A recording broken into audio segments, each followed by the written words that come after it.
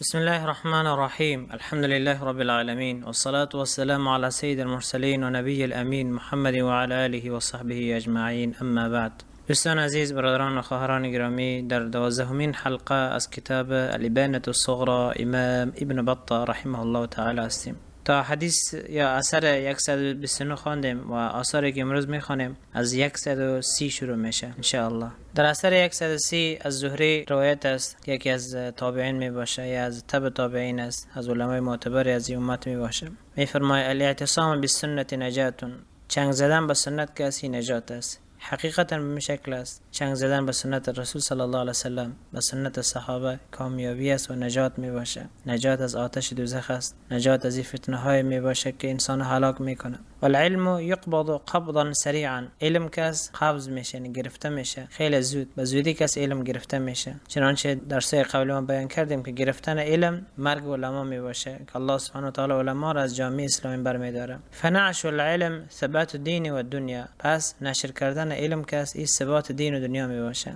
در دین و دنیا انسان ثابت میمونه وقتی که علم کس نشر بکنه. علم چی است برادرها؟ علم یعنی قرآن و سنت، علم یعنی منهج سلف، علم و چیزی که الله سبحانه و تعالی بر رسولش صلی الله علیه و سلم نازل کرد. علم و چیزی است که انسان به وسیله از رب خدا بشناسه، رب خدا بشناسه، حقیقتا رب خدا بشناسه و رب خدا عبادت بکنه. علم هم است. علم به ما گفته میشه علمی که انسان نجات بده، علمی که سبب از انسان بتونه نجات پیدا بکنه. در حقیقت علم هم است. علمی نیست که انسان منطق بخونه، فلسفه بخونه، سند ماستری و دکترا و هر چیزی داشته باشه. گفته نمیشه که عالم است. در حقیقت عالم به کسی گفته میشه که خدا نجات داده بتونه، خدا از آتش نجات داده بتونه. عالم هم است در حقیقت. چنانچه بربهار رحمه الله میفرمایه که وليس العلم بكثرة الرواية والكتب، میفرمایه که علم به نوشتن زیاد تالیف کتاب ها نمی باشه، بلکه علم است که در موافقت با الله و رسول باشه، در اطاعت الله و رسول باشه، پیروی از منهج سلف، پیروی از منهج صحابه و تابعین باشه. فهمیدن منهج سلف، ای که سلف بشناسی، مذهبشان بشناسی، عقیدهشان بفهمی، اقوالشان بدانی، بزرگترین علم همی است. حقیقتا عالم به می انسان گفته میشه، ولو که کتابهای کمتری نوشته باشه، ولو که سند دکترا و ماستری و چیزا را نداشته باشه، ولو که بین مردم مشهور نباشه. کسی که دین سلف بفهمه، منهج سلف بفهمه، حقیقتا هم عالم است. و ذهاب ذلك كله ذهاب العلماء، میفرمایه که از بین رفتن ثبات دین و دنیا چی است؟ ذهاب العلماء، رفتن علما می باشه که الله سبحانه و تعالی علما رو بر بداره، علما از جامعه اسلامی برداشته بشن، مرگشون بیایه. باز به وسیله ای است که جامعه هلاک میشه، جامعه هلاک میشه. چنانچه رسول صلی الله علیه و سلم در حدیث بیان کردگی هستند وقتی علما برداشته شد، مردم رؤوس جهال که از بزرگای خود میگیرن، جهال نادان ها را بزرگای خود میگیرن. ضلوا فاضلوا، خودشان گمراه هستن، مردم را گمراه میسازن. عمر بن عبدالعزیز رحمه الله میگه من جعل دینه غرضا للخصومات اکثر تنقل، کسی که دین خود هدفی برای بحث و مباحثه درست بکنه، میگه اکثر تنقل، کس زیاد انتقال پیدا میکنه. چگونه؟ یعنی از این دین به این دین، از این عقیده به این عقیده. یک روز میبینی مرجئه است، یک روز میبینی قدری است، یک روز میبینی خوارج است، یک روز میبینی جهمی است. خلاصه به یک دین وابسته نمیباشه کسی که دین خود غرضی برای بحث و مباحثه قرار داده باشه. این در زمان سلف بود برادرها. در زمان سلف که دین آشکار بود، یعنی منهج صحابه بود، منهج تابعین بود، واضح و آشکار بود و کسانی که اومدن با اونها مخالفت کردن، با منهج از اونها مخالفت کردن و هر بدعتی را که آوردن، هر دینی را که آوردن، که اکثر تنقل به همونا گفته میشه. و دارمی در مسند خود میگه ای ینتقل من رأی الی رأی، یعنی اکثر تنقل به این معنی است که از یک دین، از یک مذهب به یک مذهب دیگر میره، از یک رأی به رأی دیگر میگه. و در کتاب الشریعه از معین ابن عیسی روایت است، میگه انصرف مالک بن انس یوما من المسجد وهو متكئ على يديه فلحقه رجل يقال له ابو الجويريه كان يتهم بالارجاء. می فرماید که امام مالک رحم الله یک روز در مسجد بود، نشسته بود و به دستای خود تکیه کرده بود که مردی آمد که اسمش ابوالجویریه می گفت، از مرجئه بود. او گفت که یا ابا عبدالله اسمع منی شیئا اکلمک به و احاجک و اخبرک برأیی. به امام مالک رحم الله گفت که ای ابا عبدالله از من چیزی را بشنو که من به تو سخن میزنم و دلیل خود به تو پیش میکنم و به تو خبر میتم، نظر خود برات میگم. امام مالک رحم الله گفت فین غلبتنی، اگر بر ما غالب شدی چی؟ او گفت این غلبتو که اتبعتنی، اگر من بر تو غالب شدم تو از من پیروی میکنی. امام مالک گفت فان جاء رجل آخر فکلمنا فغلبنا، اگر مرد دیگری آمد ما با او حرف زدیم و او بر ما غالب شد، چیکار میکنیم بر ما و تو اگر غالب شد؟ گفت نتبعه، گو از او پیروی پیروی میکنیم. امام مالک رحمه الله گفت یا عبدالله، ای بنده الله، بعث الله عز وجل محمدا بدین واحد. الله سبحانه و تعالی محمد صلی الله علیه و سلم به یک دین فرستاد و اراک تنتقل من دین الی دین، و تو رو من میبینم که از یک دین به دین دیگری کس انتقال پیدا میکنی. و امام مالک رحمه الله میگه الداء العضال التنقل فی الدین، بیماری کشنده، بیماری که علاج نداشته باشه چی است؟ میگه این است که التنقل فی الدین، که از یک رای برای دیگر برگردی، از یک رای برای دیگر برگردی. برادرها، این کس در زمان سلف بود. گفتم در زمان سلف کس یعنی در زمان امام مالک یا عمر بن عبدالعزیز رحمه الله کس زمان بسیار کمی گذشته بود از زمان صحابه و اینا کس تابعین بودن. عمر بن عبدالعزیز اینا تابعین بود.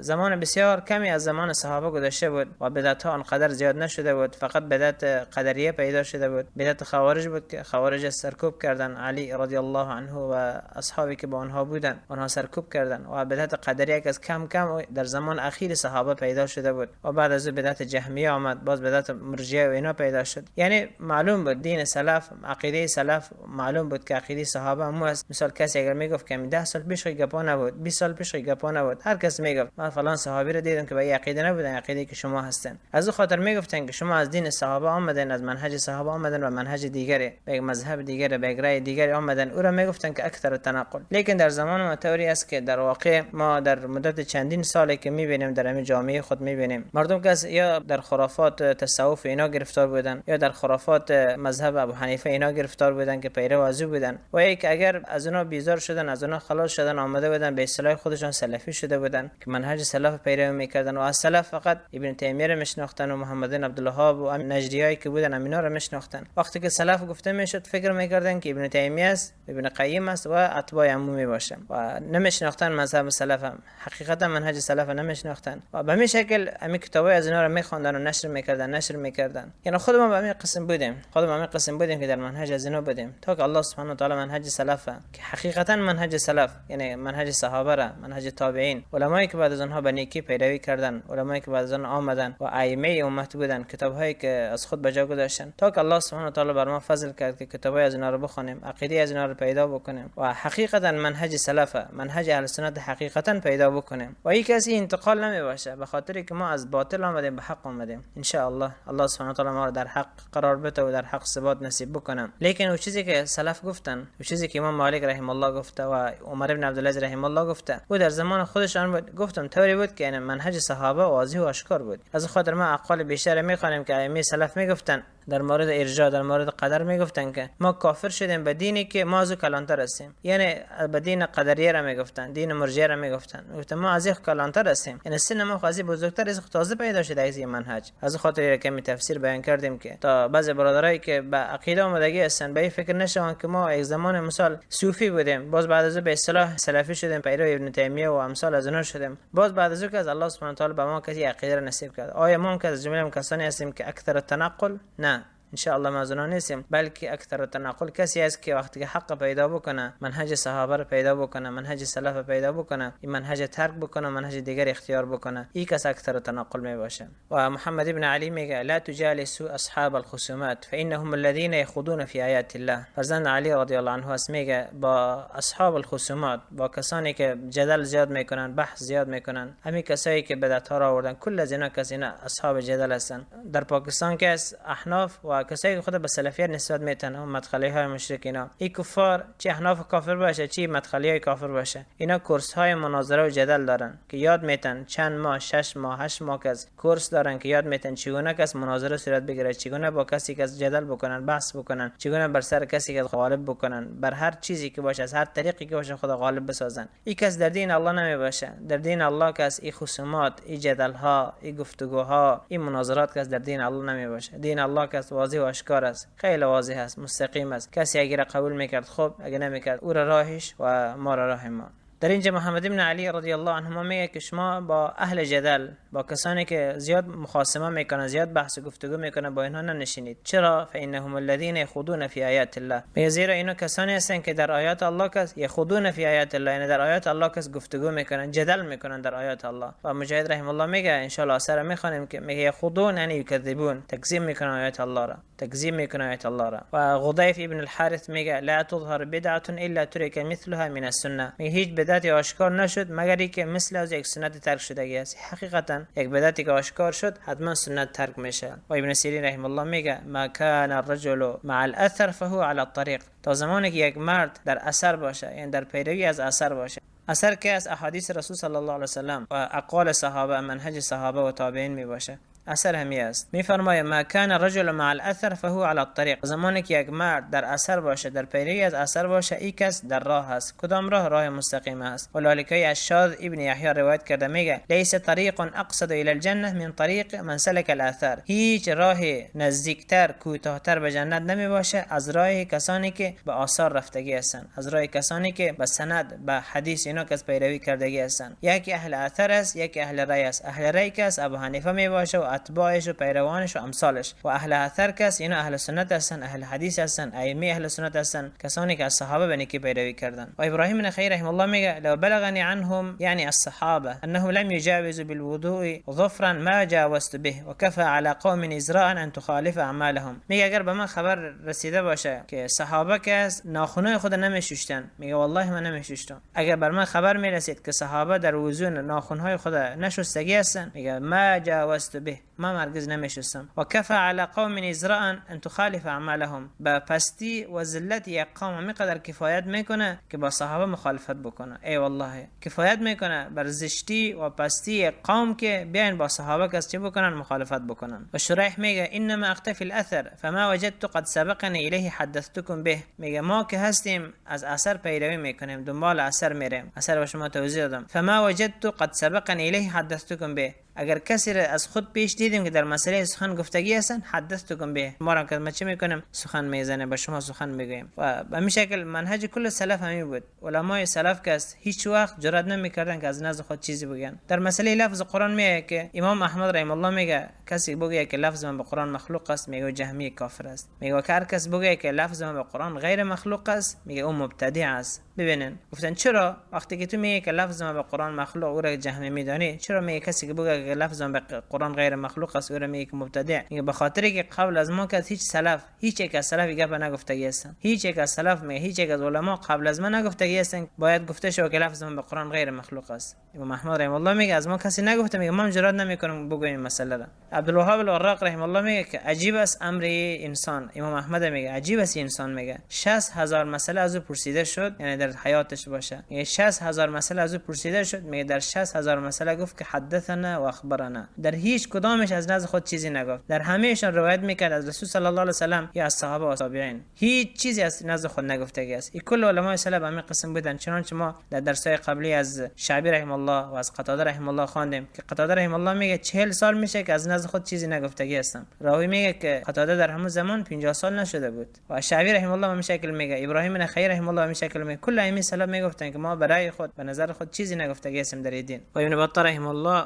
در اثر 137 نقل میکنه، میفرمایه و قال بعض العلماء ولدت قبل الاعتزال، میگه بعضی علما گفتن که ما پیدا شدم قبل از اینکه معتزله پیدا شود. و قال الشعبی رحمه الله كنت ولا رفض في الدنيا، ما بودم، ما در دنیا بودم و چیزی به نام رافضه در دنیا نبود. و باز میگه در اثر 139 و ذکر القدر عند مجاهد فقال كفرت بدين ولدت قبله، در نزد مجاهد رحمه الله از قدر یاد شد، گفت کافر شدم به دینی که من قبل از این پیدا شدگی هستم. الله اکبر. و به همین شکل در کتاب القدر از امام فریابی رحمه الله نقل است که میگه قال ابو حازم لعن الله دینا انا اکبر منه، ابو حازم گفت الله لعنت بکنه دینی را که من از بزرگتر هستم، یعنی قدریه را گفت. و خلال از سعید بن جبیر نقل کرده که سعید بن جبیر به ذر الحمدانی که از رؤوس مرجئه بود به او گفت الا تستحی من رأی انت اکبر منه، آیا حیا نمیکنی از رأیی که از مذهبی که تو خودت از او بزرگتر هستی؟ چنانچه ما قبلا توضیح دادیم. آیا حیا نمیکنی از منهجی که از مذهبی که تو خودت از او بزرگتر هستی؟ یعنی زمانی که تو بودی، یعنی 10 سال پیش، مجاهد رحمه الله میگه زمانی که تو بودی 10 سال پیش 15 سال پیش این چیزا خو نبود به نام ارجاء و قدریه، این چیزا این عقاید خو نبود. بود. و در اثر 140 مالک بن انس رحمه الله میگه قیل لرجل عند الموت على ای دین تموت. به یک مرد در هنگام مرگش بود گفتن که به کدام دین میمیری؟ گفت على دین ابی عماره و کان رجلا يتولاه من بعض اهل الاهواء. میفرمایه او گفت که به دین ابی عماره میمیرم. کسی بود که اهل اهوا کس اهل بدعت کس او را دوست خود میگرفتن. مالک رحمه الله گفت یدع دین ابی القاسم صلی الله علیه و سلم و یموت على دین ابی عماره. گفت دین ابی القاسم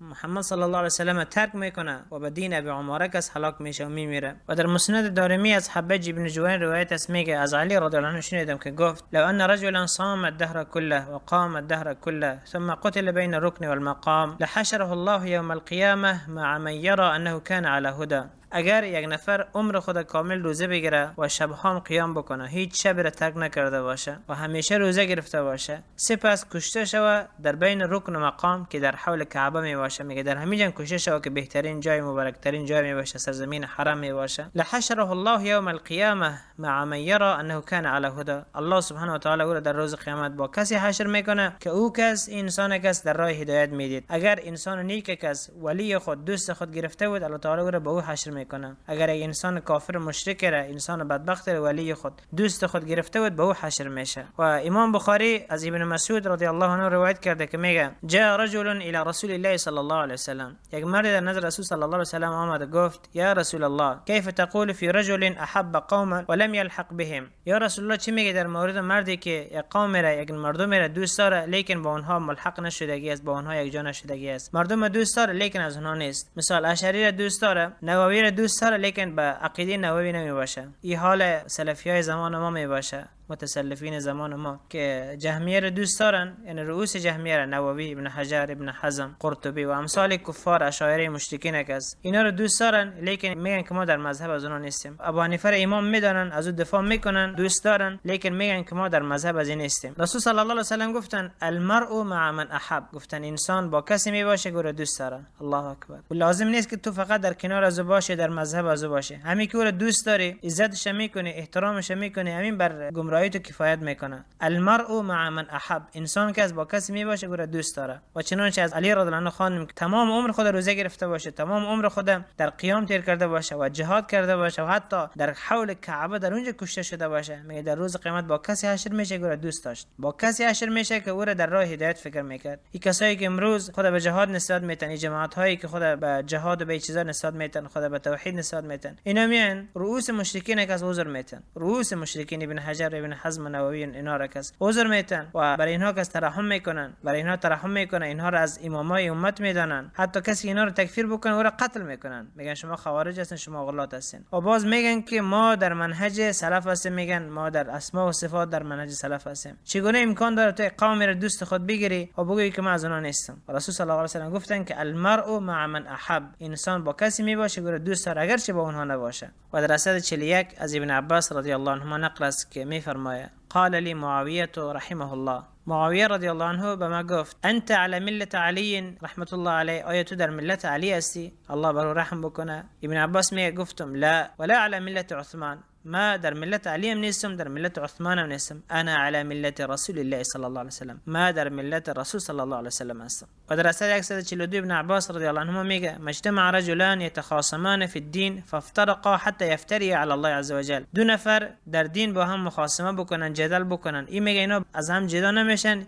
حتی یفتری علی الله عز وجل، تا که بر الله تعالی افترا میبندن. همین قدریه کس اینا بر الله تعالی افترا نمیبندن. شر میگن از طرف الله نیست، میگن مالک خیر و شر میگن خود ما هستیم، خالق خیر و شر میگن خود ما هستیم، خود ما میگن انجام میدیم. و همین شکل جهمیه کس صفات الله رو انکار میکنن، اینا کس به الله افترا نمیبندن، میگن که الله تعالی میگن در عرش نیست، بر الله افترا نمیبندن. صفات الله رو انکار میکنن، بر الله افترا نمیبندن، اکید که بر الله افترا میبندن. و ابراهیم نخعی رحمه الله میگه ما خاصمت قط، هرگز ما جدل نکردگی هستم، هرگز در دینم کس با کسی بحث گفتگو جدل نکردگی هستم. چرا دین کس دین جدل نمی باشه؟ دینی است واضح و آشکار و مستقیم. و معاذ رضی الله عنه میگه ید الله فوق الجماعه و من شذ لم یبال الله بشذوذه، دست الله با جماعت میباشه و هر کسی که از جماعت کناره‌گیری بکنه لم یبال الله بشذوذه، الله تعالی پروا از او نمیکنه، پروا تنهایی از او نمیکنه. جماعت ما در حلقه اول توضیح دادیم که جماعت که هر چی گفته میشه جماعت صحابه است، منهج صحابه است. جماعت که هر چی گفته میشه منهج رسول صلی الله علیه و سلم است، کسانی که از رسول الله صلی الله علیه و سلم به نیکی پیروی کردن جماعت اونا میباشن. و مصعب رحمه الله میگه لا تجالس مفتونا فانه لن یخطئك الا باحدى اثنتين، با کسی که در فتنه قرار گرفته، یعنی در فتنه از فتنه های اهل بدعت قرار گرفته و اون نشین، زیرا امکان نداره که تو را به دو چیز مبتلا نکنه، اما یفتنک فتتابعه، یا که تو را به فتنه خود گرفتار میکنه از پیروی میکنی، او یؤذیک قبل ان تفارقه،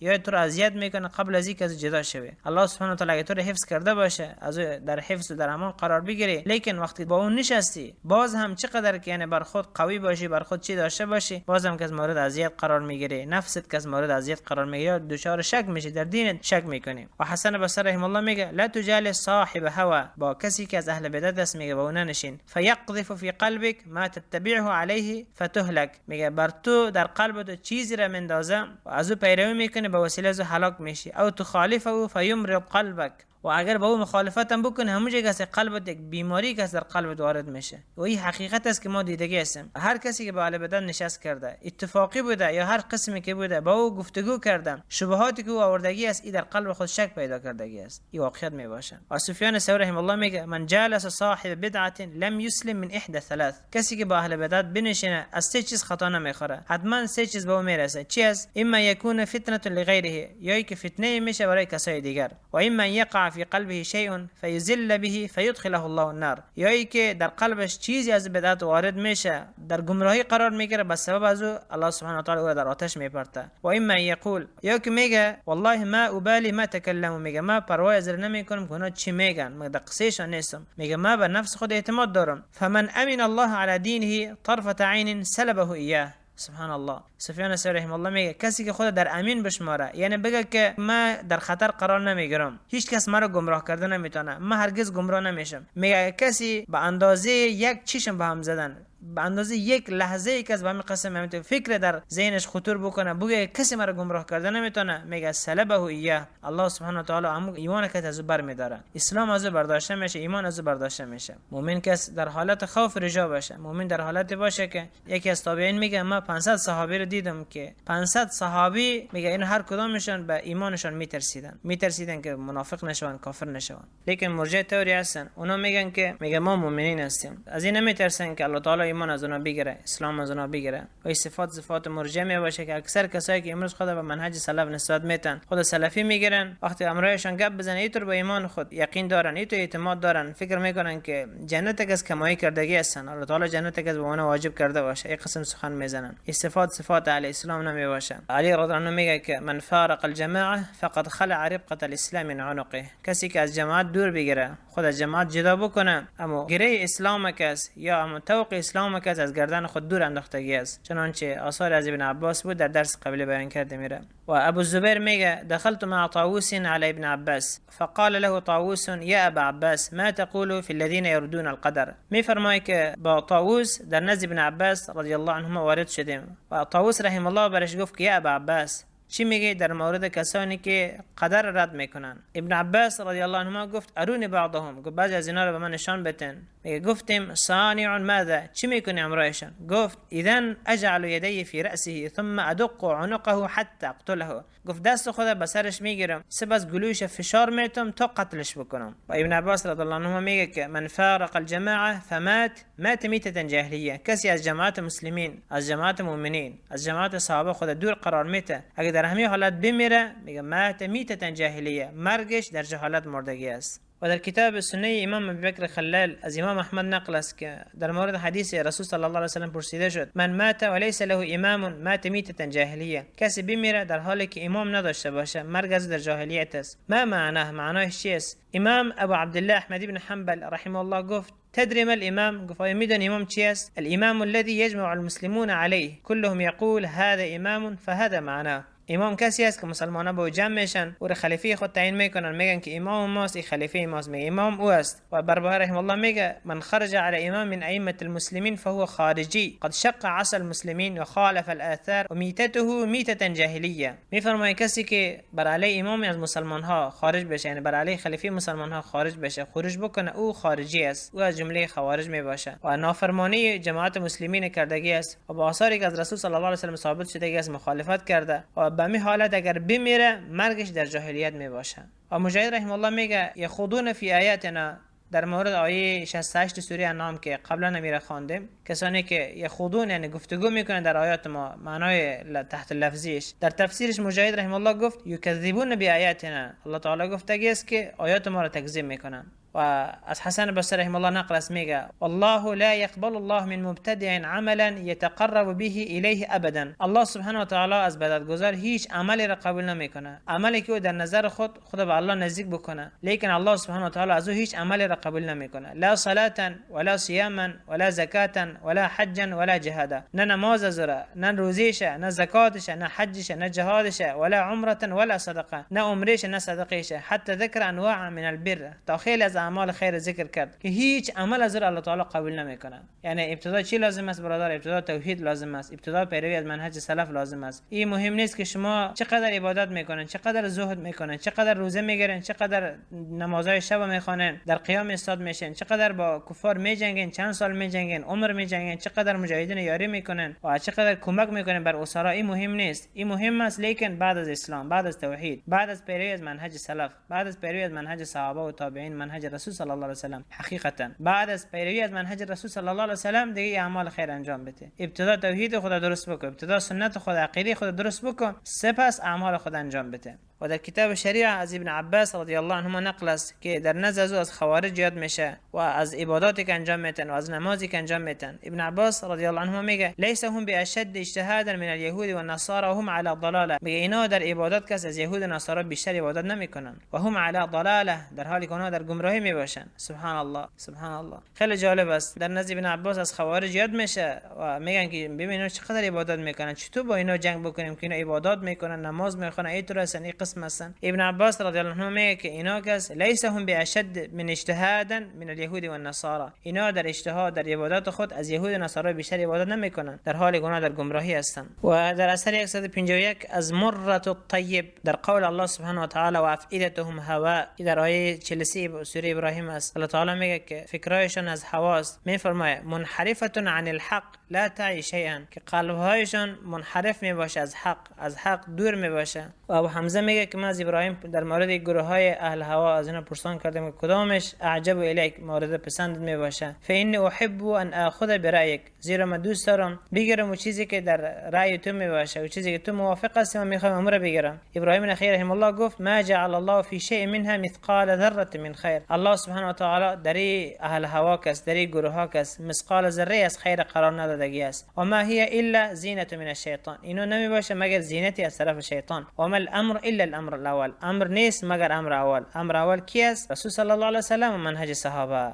امر اول مناسن. و ابو العلی رحمه الله میگه نعمتان لله علی لا ادری ایهما افضل، او قال اعظم، گفت دو نعمت الله است که بر ما دادگی است، نمیدانم که کدامش افضل تر است و کدامش بزرگتر است. چی از نعمتها؟ ان هدانی للاسلام، نعمت اولی است که الله تعالی مرا بر اسلام هدایت کرد، و الاخرى ان عاصمنی من الرافضه والحروریه والمرجئه والقدریه والاهواء، ای که الله تعالی مرا حفظ کرد از عقیده رافضیت و از عقیده حروریت خوارج و از عقیده مرجئه و از عقیده قدریه و از عموم اهل هوا کس، عموم اهل بدعت کس الله تعالی مرا حفظ کرد. اول الله تعالی اسلام بر من نصیب کرد، دوم از اهل بدعت کس الله تعالی مرا حفظ کرد. میگه من نمیدونم که کدام از این نعمت، از این دو نعمت کدامش بزرگتر است و کدامش افضلتر میباشه. حقیقتا بزرگترین نعمت که از نعمت توحید است، نعمت اسلام است، نعمت دور بودن از طایفه های اهل بدعت میباشه. امروز این طایفه اهل بدعت کس هیچ کدامشان، هیچ کس نمیگه من قدری هستم، هیچ کس نمیگه من مرجئه هستم، هیچ کس نمیگه من جهمی هستم، کلشان خدا به اهل سنت نسبت میتن، کلشان خدا به منهج صحابه نسبت میتن. حقیقتا وقتی که اعمال از اونها دیده شود، عقیده از اونها بررسی شود، عقیده هر کدام از اونها رو بگیرن با عقیده صحابه و تابعین و علمایی که از اونها به نیکی پیروی کردن، با عقیده از اونها که ترازو بکنن، اگر واقعا دیدین که با عقیده از اونها موافق بود، با عقیده صحابه و تابعین موافق بود، پس بدانید که اون از اهل سنت هستن. اگه دیدین که با چیزی از قدریه موافق بود، مثل کسایی که خود به سلفیت نسبت میدن، پیروان ابن تیمیه کس، اینا قدری میباشن. اینا که در سخنانشون، در اعتقاداتشون وقتی که بخونه ببینی صفات قدریه که در وجود کفار میباشه، در وجود مشرکین عازری های مشرک میباشن. به همین شکل ماتریدی‌ها میباشن، در زمان ما اشاعره میباشن. عقیده از اینا رو ببینی، عقیده همون جهمیه است، بلکه بدتر از عقیده جهمیه میباشن. جهمیه که کل ائمه سلف اینا رو تکفیر کردن. احنافی که در زمان ماست، احناف بگیری، یا می کسایی که خود به سلفیت نسبت میدن، پیروان آلبانی و پیروان ربیع مدخلی و امثالش، اینا کس، اینا رو ببینی، عقیده از اینا رو ببین، ترازو بک و ببین اقوالی که اینا میگن، دینی که اینا دارن با عقیده که مرجئه داشتن، ببین که هیچ تفاوتی نداره، هیچ فرقی نداره. بس یعنی شناخته میشن، حق و باطل شناخته میشه. چی کسی حق میشناسه؟ کسی که علم کسب بکنه، کسی که حقیقتا مناهج اهل بدعت کسب بشناسه و بفهمه، اینا رو که بشناسه حقیقتا باز میشناسه که حق چی است، باطل چی است، منهج سلف چی است، منهج اهل سنت چی است و منهج کفار چی است. و می شکل از ابن عمر رضی الله عنه روایت نقل است که میگه ما فرحت بشيء من الاسلام اشد فرحا بان قلبي لم يدخله شيء من هذه الاهواء. میگه در اسلام ما هیچ خوشحال نشدم، هیچ خوشحالی خیلی زیاد خوشحال شده باشم به ما این است از خوشحالی که الله تعالی در قلب من چیزی از اهل هوا را قرار نداد. میگه بزرگترین خوشحالی بر من است که الله تعالی من از اهل بدعت قرار نداد. یقینا به این شکل است، لا شک ولا ریب. و در مسند دارمی و در کتاب ذم الکلام از مجاهد رحمه الله نقل است که میگه ما ادري ای النعمتين علی اعظم. نمیدانم کدام دو نعمت بر من بزرگ است، ان هداني للاسلام او عافاني من هذه الاهواء. ای که الله سبحانه و تعالی مرا در اسلام هدایت کرد، یا ای که الله تعالی که از مرا از اهل بدعت، از اهل هوا که از مرا عافیت داد، پاک قرار داد، حفاظت کرد. الله سبحانه و تعالی ما و شما را حفاظت بکنه، پاک قرار بده. و همین قدر بس نمیکنیم ان شاء الله تا اثر 153 خواندیم. آثار دیگری که ماندگی است در درس‌های بعدی میخوانیم ان شاء الله. سبحانك اللهم بحمدك اشهد ان لا اله الا انت استغفرك واتوب اليك واخر دعوانا الحمد لله رب العالمين وصلى الله وسلم على نبينا محمد واله وصحبه اجمعين برحمتك يا ارحم الراحمين.